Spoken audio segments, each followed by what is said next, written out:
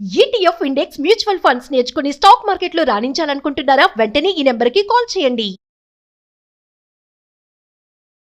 నమస్తే, hello viewers, welcome back to Suman TV. ప్రస్తుతం మనతో పాటు ఉన్నారు ఫ్యామిలీ కౌన్సిలర్ రజనీ రామ గారు. మేడంతో మాట్లాడదాం. నమస్తే మ్యామ్. నమస్తే నవీన. మ్యామ్, ఇప్పుడు హస్బెండ్స్ అబద్ధాలు చెప్తా ఉంటారు. ఓకే, సరదాగా అప్పుడప్పుడు చెప్తే పర్లేదు, కానీ కొంతమంది తరచుగా అబద్ధాలు చెప్తా ఉంటారు. చీటికి మాటికి కూడా అబద్ధాలే. మరి ఇప్పుడు హస్బెండ్ అబద్ధం చెప్తున్నాడు, నాకు తరచుగా చెప్తున్నారు, ఏది అడిగినా కూడా కొంచెం డిఫరెంట్ ఆన్సర్స్ వస్తున్నాయి అంటే అవి మనం అక్కడికి ఆపేసేయాలి, దాన్ని కనుక్కోవాలి అంటే ఏమైనా చిట్కాలు ఏమైనా చెప్తారా వైఫ్స్కి?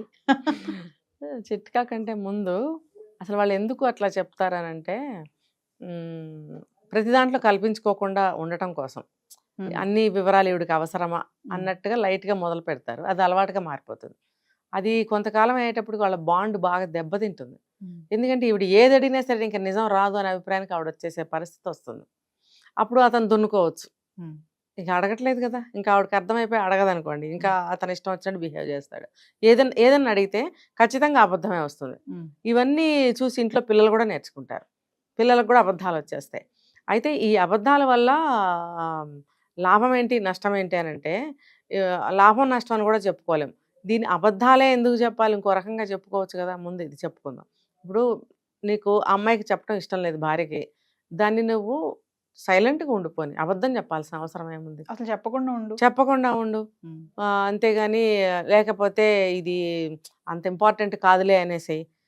కానీ నువ్వు ప్రతిదానికి అబద్ధమే చెప్పాలని అనుకుంటున్నప్పుడు అది ముందు చాలా దానికి రిఫర్గేషన్స్ వస్తాయి. సంసారం అనేది బాగా కూలిపోవడానికి ఇది కూడా ఒక కారణమే. అంటే అబద్ధాలు చెప్పడం వల్ల అటు అనుమానం పెరుగుతుంది. అనుమానం పెరగదా మరి? అనుమానం పెరగటం కూడా కాదు, అది ఏంటంటే ఈవిడికి ఒకలాంటి బాధ వచ్చేస్తుంది.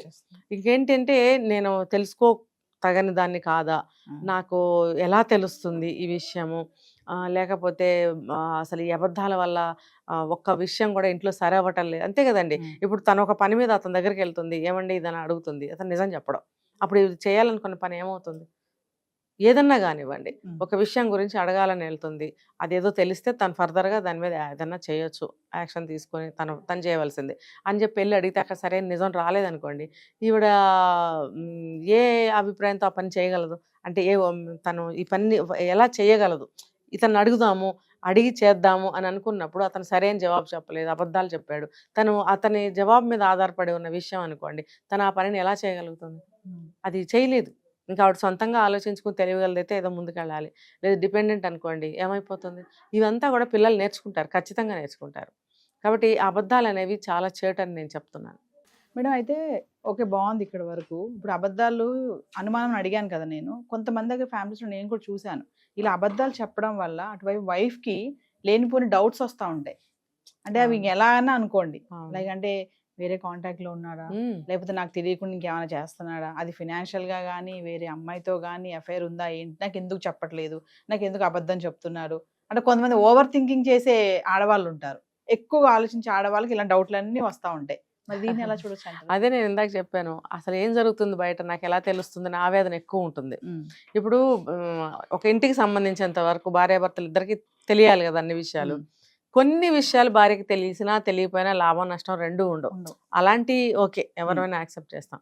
కానీ సాధారణంగా ప్రతి విషయం ఇద్దరికి తెలిసి ఉంటుంది ఇంట్లో, కానీ అతను ప్రతిదీ దాయటానికి ప్రయత్నిస్తాడు. ఫర్ ఎగ్జాంపుల్ డబ్బుల విషయం అనుకోండి, అది అన్ని చెప్పాల్సిన అవసరం లేదు, ఎందుకంటే డబ్బులు ఇంత ఉన్నాయని చెప్తే ఆవిడ ఏదైనా అడగచ్చు, అలాంటివి చెప్పచ్చు. లేదు అతనికి ఏదైనా బిఫోర్ ఏదైనా అఫైర్స్ ఉన్నాయి అనుకోండి, అలాంటివి పెళ్ళైన తర్వాత భార్యకి చెప్పాల్సిన అవసరం లేదు, దానివల్ల గొడవలు వస్తాయి. కాబట్టి ప్రస్తుతం జీవితం బాగానే ఉంది కదా, అవన్నీ తవ్వుకొని మనం గొడవలు ఎందుకు అని మంచి పద్ధతిలో అయితే ఓకే. అసలు దాన్ని అబద్ధం ఎందుకు చెప్పాలి, దాన్ని తప్పించి ఇంకో రకంగా జవాబు చెప్తే నువ్వు అబద్ధం చెప్పలేదన్న తృప్తి నీకు ఉంటుంది, ఆవిడకి ఉంటుంది కదా. మీరు అన్నట్టు అది అనుమానాలకి దారితీస్తుంది ఏదైనా సరే. ఇప్పుడు అబద్ధాలు ఆడేవాడికి చాలా మెమరీ ఉండాలి.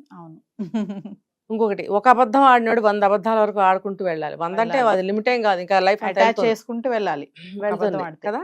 కాబట్టి ఒక అబద్ధం ఆడితే 1000 అబద్ధాలు ఆడాలి, 100 అబద్ధాలు ఆడాలి. తర్వాత దాని అబద్ధాలు ఆడేవాడికి మంచి మెమరీ ఉండాలి, లేకపోతే నువ్వు 2-3 అబద్ధాలకి దొరికిపోతావు. అప్పుడేమవుతుందంటే నిన్ను చచ్చినా నమ్మదు ఆ భార్య, లైఫ్లో నమ్మదు. రెండోది అనుమానాలకి దారి. తర్వాత ఏమవుతుంది, చిలికి గొడవలు అవుతాయి. అడిగింది ఎందుకు చెప్పవు, ఇది నాకు ఉన్నది ఉన్నట్టు ఎందుకు చెప్పలేదు, నాకు ఒకటి చెప్పావు అక్కడికి వెళ్ళి ఒకటి చేసావు, లేదు ఇక్కడ అబద్ధం చెప్పాడు, రేపు పొద్దున్న ఎక్కడైనా ప్రూవ్ అవ్వచ్చు అతను నువ్వు ఎక్కడికి వెళ్ళావు అంటే ఒకటి చెప్పు ఉండొచ్చు ఇక్కడ, కానీ అతను ఎక్కడికి వెళ్ళాడు అనేది వేరే వాళ్ళు చూసి ఉండొచ్చు, లేకపోతే ఈవిడే బజార్లో ఎక్కడైనా చూడొచ్చు, అప్పుడు దొరికిపోతావు. మరి నువ్వు ఆడింది అబద్ధం, అప్పుడు నీ మీద నమ్మకం పోతుందిగా. అంటే అబద్ధాలు ఆడితే ఏమవుతుందంటే మెయిన్గా నమ్మకం పోతుంది, నీ మీద నమ్మకం పోతుంది, భరోసా పోతుంది, ఆటోమేటిక్గా గౌరవం కూడా పోతుంది, నీ మీద చులకన భావం ఏర్పడుతుంది. అందుకని అబద్ధాలు ఆడాల్సిన అవసరం లేదు. భార్య కదా, ఏదో ఎంతో కొంత చెప్పుకొని డైల్యూట్ చేసి చెప్పు, లేకపోతే మాటను తప్పించి ఆవిడకి అవసరం లేదులే, వర్రీ అవుతుందిలే, ఎందుకులే, కొంచెం మాటను తప్పించి చెప్పు. అంతేగాని ప్రతి దానికి నోరిపితే అబద్ధం అనమాట. అంటే కొంతమంది ప్రత్యేకంగా ఇలా అబద్ధాలు ఆడటానికి కారణం ఏంటంటే వాళ్ళు చేసే ఏ పనులు ఇంట్లో తెలియకూడదు. దొంగ పనులు, వెధవ పనులు, దరిద్ర పనులు, నీచ పనులు ఏవో ఉంటాయి కొంతమందికి, అవన్నీ ఇంట్లో తెలుస్తాయని చెప్పి భార్యకి అసలు బయట మ్యాటర్స్ ఏవి ఇంటి దగ్గర చెప్పరు. తను మాట్లాడాల్సి వస్తే ప్రతిదీ కాన్ఫిడెన్షియల్గా దాచిపెట్టి మాట్లాడుతూ ఉంటాడు అనమాట. ఎందుకంటే భార్య ఇంట్లోనే పడి అణిగి మణిగి ఉండాలి. ఈయన బయట సరిపోయే విషయాలు ఏమి ఆవిడకి తెలియకూడదు. తెలిస్తే మళ్ళీ అడుగుతుందేమో అని చెప్పి ఆమె అణిచి ఉంచుతాడు ఇంట్లో. అలాంటి భార్యలు ఎదురుపడి కూడా అడగలేరు. దీనివల్ల ఆటోమేటిక్గా వాళ్ళిద్దరి మధ్యన బాండే పోతుంది. అసలు పిల్లలు అన్నీ నేర్చుకుంటారు, పిల్లలు కూడా అన్ని అబద్ధాలు చెప్పడం మొదలు పెడతారు. నీకు అర్థమవుతూనే ఉంటుంది పిల్లలు అబద్ధం చెప్తున్నారు అని, నువ్వు అబద్ధాలు ఆడటం వల్లే పిల్లలు అబద్ధాలు ఆడుతున్నారని కూడా నీకు కూడా అర్థమవుతుంది కొద్ది రోజులకి. అర్థమైనప్పుడు కనీసం యాజ్ ఎర్లీ యాజ్ పాసిబుల్ మేల్కొని కొంచెం పద్ధతి మార్చుకుంటే బాగుంటుంది. లేదనుకోండి టోటల్ ఫ్యామిలీ అబద్ధాలు చెప్తుంటే ఆ ఇళ్ళకి అబద్ధం చెప్పడం అలవాటు లేదనుకోండి, ఆవిడ ఎంత సఫర్ అవుతుంది. ఇంకా ఎవరికి ఏం చెప్పే పరిస్థితి ఉండదు. ఎవడి పాటికి వాడు అబద్ధాలు చెప్పుకుంటూ పని గడుపుకొని వెళ్ళిపోతూ ఉంటారు. చివరికి వాళ్ళు తీసుకున్న గోతులు వాళ్ళే అని చెప్పి వాళ్ళే పడతారు. ఆ అబద్ధాల వల్ల వాళ్ళ జీవితం డ్యామేజ్ అయ్యి దానివల్ల వచ్చే ఫలితాలన్నీ వాళ్ళే తీసుకుంటూ బాధపడుతూ ఎలా బయటపడాలో తెలియక అబద్ధాలు మానలేరు. అది అవసరం ఉన్నా లేకపోయినా అబద్ధం భోజనం చేసావా అంటే కొంతమంది చేయలేదంట తినొచ్చి, అక్కడ అబద్ధం ఆడటం ఎందుకు? తప్పు కదా. నీకు తినకపోతే తినలేదని చెప్పు, అంతేగాని తినేసి వచ్చి తినలేదని అంటావు ఎందుకు? దాంట్లో ఏముంది విషయం? ఏమనుకుంటారు నువ్వు తినొచ్చానని చెప్తే? ఏంటో మరి అలా సైకాలజీ మనకు అర్థం కాదు. అంటే ఇక్కడ ఏమైనా మళ్ళీ మంచి వెరైటీలు పెడతారా, మళ్ళీ తినాలనే ఉద్దేశమా? అయితే దానికి చేసొచ్చానండి, మీరేం చేశారు పెట్టండి, అది కూడా తింటాను అనండి, చక్కగా ఎంత బాగుంటుందో. ఇంకా బాగుంటుంది. అక్కడ ఏదో కొద్దిగా తినగలుగుతారు, ఏదో 1-2 ఐటమ్స్ మళ్ళీ టేస్ట్ చేసి వెళ్ళండి, వాళ్ళు సంతోషిస్తారు మా ఇంట్లో తిన్నారని, నీ తృప్తి తీరుతుంది కదా. లేకపోతే నీ కెపాసిటీ ఉంటే 2 సార్లు తిను. అబద్ధం ఆడాల్సిన అవసరం ఏముంది అక్కడ? ఇలా అర్థం ఉన్నా లేకపోయినా ప్రతిదానికి అబద్ధాలు ఆడతారనమాట. జీవితాలు చిదరం అవుతాయి దీనివల్ల. అంటే నీకు భార్యకి ఆ మాట చెప్పడం ఇష్టం లేకపోతే మానేసేయి, అబద్ధం చెప్పొద్దు అక్కడ. అంతే, అబద్ధం చెప్పొద్దు. నువ్వు కావాలంటే దాటవేయి దాన్ని, లేకపోతే డైల్యూట్ చేసి చెప్పు, లేకపోతే నీకు సమయం వచ్చినప్పుడు చెప్తానులే అను, లేకపోతే నిజంగా ఏమీ లేకపోతే ఏమీ లేదని చెప్పు. లేదు ఒక మంచి కోసం ఒక అబద్ధం ఆడచ్చు అని ఒక సూత్రం ఉంది. నువ్వు ఏదైనా ఒక మంచి కార్యం చేస్తున్నావు, దానికోసం చిన్న అబద్ధం ఆడాల్సి వచ్చిందంటే ఆడు, పర్వాలేదు. ఒక ప్రాణభయం ఉంది, నువ్వు ప్రాణం నీకు అక్కడ డేంజర్లో పడబోతుంది, ఒక అబద్ధం చెప్పి తప్పించుకోవచ్చు అని అనుకుంటే నువ్వు అక్కడ ఒక అబద్ధం ఆడు, నువ్వు తప్పించుకుని బయట పడగలను అనుకుంటే.